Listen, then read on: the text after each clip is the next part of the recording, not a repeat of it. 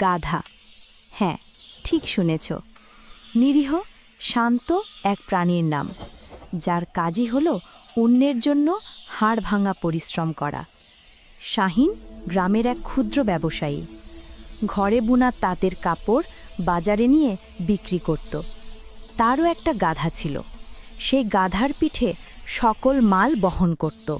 কিছুদিন হলো গাধাটা আগের মতো আর মাল বহন করতে পারে না।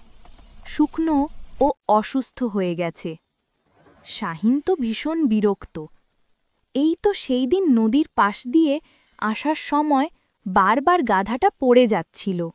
গাধাটার প্রতি শাহিনের এখন কোনো যত্ন নেই। অবহেলা আর ঠিকমতো খাবার না পেয়ে ও অনেক শুকিয়ে গেছে। একদিন হাঁটতে গিয়ে বনের মাঝে এক শুকনো কুয়োর গভীরে পড়ে যায়। অন্ধকার কুয়োয় সে ভীষণ ভয় পাচ্ছিল। চিৎকার করে তার মালিককে ডাকছিল। তার কান্না শুনে গ্রামের অনেক লোক জড়ো হলো। তারা উকি মেরে দেখে ভিতরে এক গাধা পড়ে আছে। শাহিন বলল, এই গাধাটা কোনো কাজেরই না, ওকে বাঁচিয়ে কোনো লাভ নেই। আর কুয়োটাও শুকিয়ে গেছে, কোনো কাজে আসে না। বাচ্চারা পড়ে ব্যথা পেতে পারে। চলো আমরা মাটি ফেলে ভরাট করে ফেলি। শাহিনের কথায় সবাই মাটি ফেলে কুয়ো ভরতে লাগল। কি ঘটছে বুঝতে পেরে গাধাটি অবাক হয়ে যায়।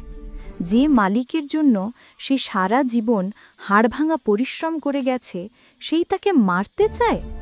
সে আল্লাহর ওপর ভরসা করে, আর প্রতিবার মাটির ঢেলা নিচে ফেলার সাথে সাথে সে গা ঝেড়ে ফেলে সেই মাটির ওপর চড়ে বসে। এভাবে মাটি দিয়ে কুয়ো ভরতে থাকে, আর গাধাও আস্তে আস্তে ওপরে উঠতে থাকে। যেই না কুয়ো প্রায় ভরে আসে, অমনি গাধা এক লাফ দিয়ে কুয়ো থেকে বের হয়ে ওপরে উঠে যায়। সে তো জেনে গেছে সবাই তাকে দিয়ে শুধু কাজ করিয়ে গেছে, কেউ ভালোবাসেনি। তাই রাগে দুঃখে সবাইকে ফেলে অনেক দূরে চলে যায়। আজ সে স্বাধীন, নিজের মতো করে ঘুরে বেড়ায়। আমাদের সমাজে এমন অনেক মানুষ আছে যাদের জন্য সব কিছু করার পরও প্রয়োজন ফুরিয়ে গেলে মুখ ফিরিয়ে নেয়। তাই ওইসব লোকদের থেকে দূরে থেকো আর স্বাধীনভাবে নিজের মতো করে বাঁচো। বন্ধুরা, গল্পটি ভালো লাগলে লাইক ও শেয়ার করে দিও। আবার আসবো নতুন কোনো গল্প নিয়ে।